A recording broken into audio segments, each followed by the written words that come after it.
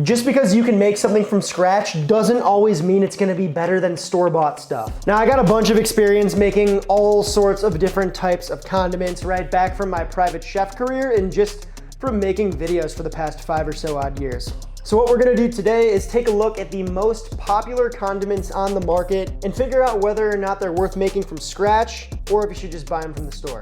Starting with tomato ketchup. This has gotta be the most popular condiment in the world. Now, is that a fact? No, but it sounds nice. People love ketchup for that sweet tang that it gives salty foods, right? It can wake up salty foods. It can add a nice little punch of sweetness to whatever you put it on. And chances are, if you are under the age of 12, you put that shit on everything. So I've made ketchup probably more than 5 times, right? And while it's super fun to make variations out of like, interesting weird fruits or adding tropical ingredients to it or making like, a different like fish saucy ketchup or something like that, it's kind of tough to beat good old Heinz. So I don't know, I think the draw of ketchup is for that smooth, glossy, sweet, tangy, sort of like McDonald's commercial-esque look and feel that it has. And well, you can achieve these results at home by adding, a little pinch of xanthan gum or other hydrocolloids or anything like that. You have to have those ingredients on deck, and chances are if you're not Alton Brown or Kenji Lopez Alt, you just don't have those things. And even if you do have those things, it's just making it from scratch takes a ton of time, and what it really comes down to is the flavor isn't that much better. Matter of fact, it's a lot different. And if you're a big ketchup eater and have grown up on a certain brand, you're really gonna miss that taste. However, this goes for everything on this list today. I don't wanna dissuade you from making your own condiments and experimenting in the kitchen. I think trial and error and messing with new ingredients is how you learn and how you become a better cook. So, for all the ingredients that we're gonna talk about today, if you've never made them, give it a go, try it yourself. You might have a different opinion than me, I'm just one guy. So my answer here, ketchup is worth my money to buy from the store, but if you haven't made it, try it.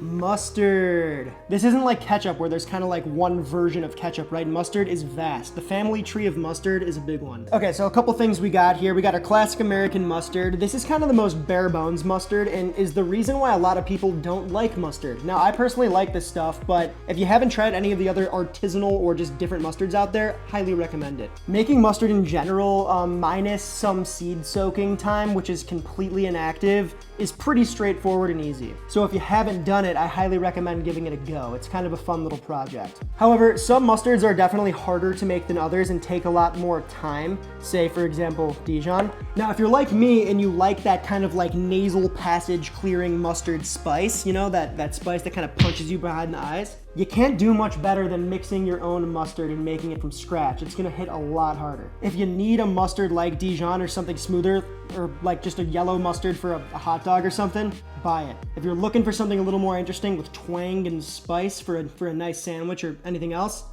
make it. BBQ sauce. Barbecue is one of America's greatest culinary exports, and it would be doing it a disservice to ignore the lots of different types of barbecue sauces that come with that regional variation. You're not gonna eat the same sauce in Kansas City as you would in North Carolina, for example. While you might put ketchup on your fries because you want that classic taste, you might want a different type of barbecue sauce for ribs than, say, for brisket. Now, barbecue sauce to me is more than just sort of a dark, rich sugar bomb sauce that you rub all over meat. A well-made barbecue sauce can change a chunk of beef into something completely life-changing. The honest truth is we live in no better time to buy barbecue sauce from the store, right? You walk in, you look at the barbecue sauce aisle, there's dozens of different sauces, all from these cool craft companies with this dope branding. You can get pretty much any regional style you can imagine on the shelves. They can be a little expensive, sure, but it's cool that the option is there. But if you're going out of your way to smoke something or even just grill something, but if you're smoking something for 4, 12, 16, 24 hours, right? Have all that time, you're putting all that energy and love into the dish, it's probably worth it to make your own barbecue sauce to complement your hard work. One of the best barbecue sauces I've ever tasted, I actually made with my buddy Joe Yim for a video here on the channel. It was a charred onion barbecue sauce. Came together really simply in the blender, and yeah, I still think about it. I literally dream about it. Same. You dream about it? Yeah. Make it if you're going out of your way to make a really nice meal for your friends, family, or just yourself, right? And you want to try something a little different. But buy it if, for example, you like a certain brand and you eat it all the time. Like I know people who literally pretty much don't eat food without barbecue sauce. And if that's the category that you fall into, then I'd say buy it. Mayonnaise. It's a fact. Mayonnaise makes any sandwich better. Maybe, that might be a lie. I actually hated mayonnaise growing up. But now, huge supporter, big fan, I stand for mayo. In its simplest form, mayo is just an emulsion of an egg yolk, salt, some fat, and acid. PSA, there's no dairy in mayo. All right, so here's the thing. Mayo is extremely prone to price increases because it has a lot of eggs in it, right? There's egg product in here, maybe you've noticed at the store. And other than, say, probably peanut butter, mayonnaise is probably the most heavy when it comes to brand loyalists, right? Everybody's got their favorite mayonnaise, whether it's Best Foods, Duke's, Hellman's, QP. I'm sure I missed a couple, and I'm sure I'm gonna hear all about it in the comments. Miracle Whip. Dude, Miracle Whip. Be careful with that one. That's gonna set some people off. It's an extremely easy thing to make, and I think as a cook, you should be able to know how to make it. When I use mayonnaise in my videos and just in general, 90% of the time, it's store-bought stuff. My final takeaway with mayonnaise is that I'm gonna buy it. Like I said, I mostly have it on deck all the time. I'm sure many of you do as well. It is fun to make. It is fun to make an aioli from scratch, add some garlic, and make flavored mayonnaises from scratch. But you can also do that with store-bought stuff, right? Stir a little bit of garlic into your store-bought mayo. You got some garlic mayo there. Hot sauce. A lot of what we said about barbecue sauce holds true for hot sauce. There's a ton of different kinds out there. The bases range from fruits to vinegar to tomatoes even. The language and culture surrounding hot sauces, especially in the past 10, 15 years, has grown, and it's kind of crazy out of hand. It gets esoteric very fast, but to be honest, I'm here for it. Hot take, there's absolutely no better hot sauce for breakfast foods like eggs or corned beef hash than Tabasco. I know, it's the most like generic, boring hot sauce ever, but there's just something nostalgic for me about that personally. Cholula is better for breakfast. Nah, dude, I used to be a Cholula guy, and then I realized that it's just like tomato sauce.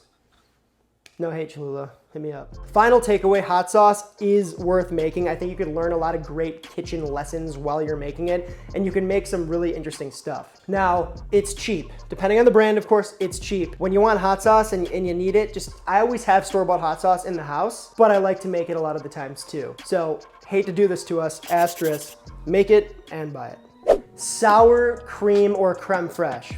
Sour cream and creme fraiche are different things, but I'm pretty much gonna use creme fraiche in sour cream's place every single time. I'm not even gonna say 9 times out of 10, I'm probably like 10 times out of 10. So creme fraiche is literally a mixture of buttermilk and heavy cream, right? That's all it is. It's a fermented cultured cream that has a little more flavor, tang, and culinary uses than sour cream. This is pretty much like a gateway to any creamy sauce, both hot and cold. So on the hot side, you can stir it into a pasta. You can stir it into a hot sauce like a beurre blanc, for example. On the cold side, this is where it gets kind of fun here because you can make the best blue cheese dressings, ranch dressing, the best Thousand Island dressing that money can buy, just by stirring a little bit of creme fraiche into it. So if you have this staple on deck at all times, the opportunities are endless, kid. The takeaway, make it from scratch. Salsa. I'm not gonna sit here and tell you that I'm better than coming home from a long day, cranking open a jar of salsa and just crushing it with some tortilla chips on the couch, right? It could be one of the best chilling snacks of all time. But not all salsas are created equal. The fact of the matter is most store-bought salsas that come in jars suck. I'm not gonna name any names, but however, it's not the case for all jarred salsas, right? You can find some pretty high quality stuff out there. It's gonna change region by region depending on where you are in the country and the world. So, you're gonna have to do a little bit of trial and error to figure out what you like. Salsa is one of those foods that is best enjoyed as fresh as possible. How is it gonna get as fresh as possible?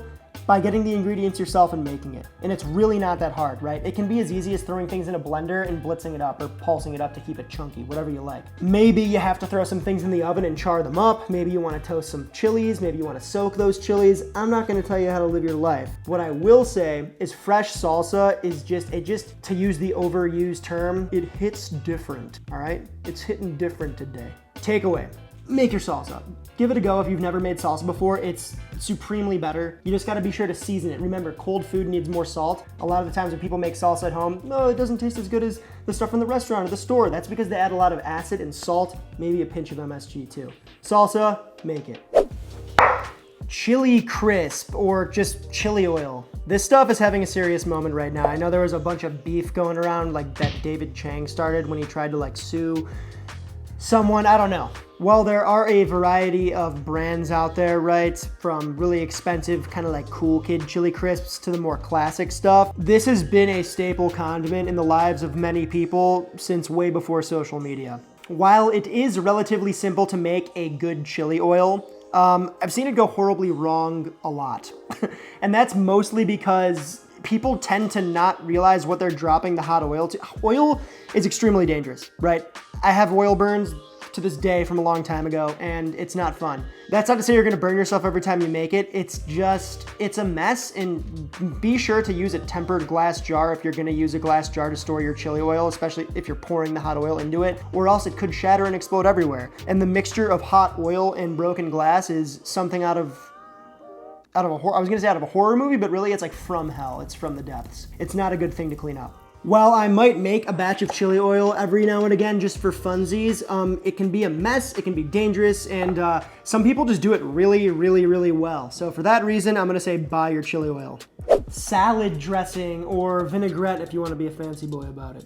Now, being able to make your own customized vinaigrette is a skill that I think every cook should have, straight up. If you wanna get kind of practical about it, yes, it's going to be more expensive to buy the raw ingredients to make a good vinaigrette from the store, to buy the olive oil, to buy the vinegar, maybe the garlic, the spices, whatever else you're gonna put in there, the Dijon. However, chances are if you like to cook, you're watching this video, you're interested in food, you probably have all those ingredients on deck already, which means you can make a great vinaigrette already. For me personally, I usually make a vinaigrette at the top of the week and leave it in my fridge and just use it throughout the week for quick lunches, for dinner, put that stuff on potatoes, maybe even mix it into rice if I'm getting crazy with it. However, there are those moments, just like kind of anything we've talked about today, any one of these condiments today, where you just crave some good old nostalgia, right? Okay, so the takeaway here, store-bought dressing in a pinch is okay, especially if it's cheap, but you should know how to make a vinaigrette, so I'm gonna say make it. Pesto. This famous fresh Italian sauce has got to be one of the most refreshing and tasty things that you could make as far as like ease to flavor ratio goes. The beauty of this is in its freshness, right? When I see things like this jarred kind of grayed out pesto, I get sad. It makes me a little sad on the inside. You know, basically when you put something in the bottle or a can like this and preserve it, you need to use heat to actually like make sure that there's no bacteria in the jar. So that heat kind of breaks down that beautiful fresh taste that you'd expect from basil or any other fresh herb. And it's just no bueno. Pesto is best made fresh the day of. You can get away with keeping it in your fridge for a day or two after, but again, freshness is the key word here. Now, to make pesto, it can be kind of pricey. I mean, basil is relatively cheap depending on where you buy it, but pine nuts can be very expensive, but don't fear. You can make pesto with other nuts too. I mean, I make it with walnuts, with almonds, Parmigiano Reggiano. That is an imported Italian cheese, can also be pricey, but chances are if you like to cook, like I was saying, like you might have this in your fridge already, and if you don't, spend the $9, get a little hunk of Parmesan, you're gonna thank me later. Pesto is best enjoyed and made fresh, and for that reason, I'm gonna say make your own pesto. Teriyaki sauce, baby. What's not to love about it? That sweet soy goodness. You love it on chicken, you love it on tofu, maybe in a stir fry, maybe on your cereal. They're always watching, dude. Thank you. At its base, it's basically a soy syrup, right? It's sugar and soy sauce. You can add some garlic, onions, ginger maybe, sure. It comes together relatively quick, doesn't take many ingredients, and it lasts forever in the fridge. It's a syrup, right? It's mostly sugar, and it's also soy sauce, which is a ton of salt, both naturally preserving ingredients. So, you know, add them together and you got a sauce that might outlast the cockroaches. So for that reason, I'm going to say make your teriyaki sauce. It's very simple. A1 original sauce, right? Steak sauce. If you go to your grandpa's house, chances are he has a bottle of this from August of '97. I never really understood that term steak sauce. It seems a little too like wide of a category to just take over with one sauce, but A1. So all of the copycat recipes that I've seen for this stuff include ingredients that you probably already have in your fridge right now. So it's not like it's a pain in the ass to make. However, if you're an A1 person, chances are you crave this exact taste, and it doesn't really matter what you're talking about with copycat recipes. It's never quite gonna be the exact same. There's, you know, a secret recipe that's behind A1, and if you love A1, you need it. Okay, so here's the thing. Personally, I don't really ever use this stuff. I think there might be some room for it. For example, on like any burger with an onion ring on it, like a Texas style burger, you know, like sure. If I catch you pouring this stuff on a $70 mid-rare ribeye, we can't be friends. I don't mean to yuck your yum, but we can't be friends. I'm kidding, of course. You gotta surround yourself with people who are different from you, right? That's how you enrich your life and live a better one. But for real, A1, kind of a weird move on a nice steak. If you're an A1 guy, you crave and you need that flavor, it's gonna be hard to replicate with any copycat recipe. For that reason, you buy the stuff, right? And if you're anything like me, it will sit in your fridge for over a year. Okay, this is the end of Condiments, the movie. Remember, I'm just one bloke with one opinion, so if you disagree with me, let me know in the comments below, or if you have any tips for people, let us know. Best way to support us is over on the Grocery Fund, aka the Patreon. It helps this whole thing run, baby. So if you can afford to financially support over there, we would love it. Double kiss you. If not, that's chill too. Come say what up in Discord. I do these monthly cooking photo challenges here, and I give away a lot of cool stuff. So come on in, introduce yourself, get to chatting, and it's gonna be a good time for everybody. That's all I got for you this time, so until next. See ya.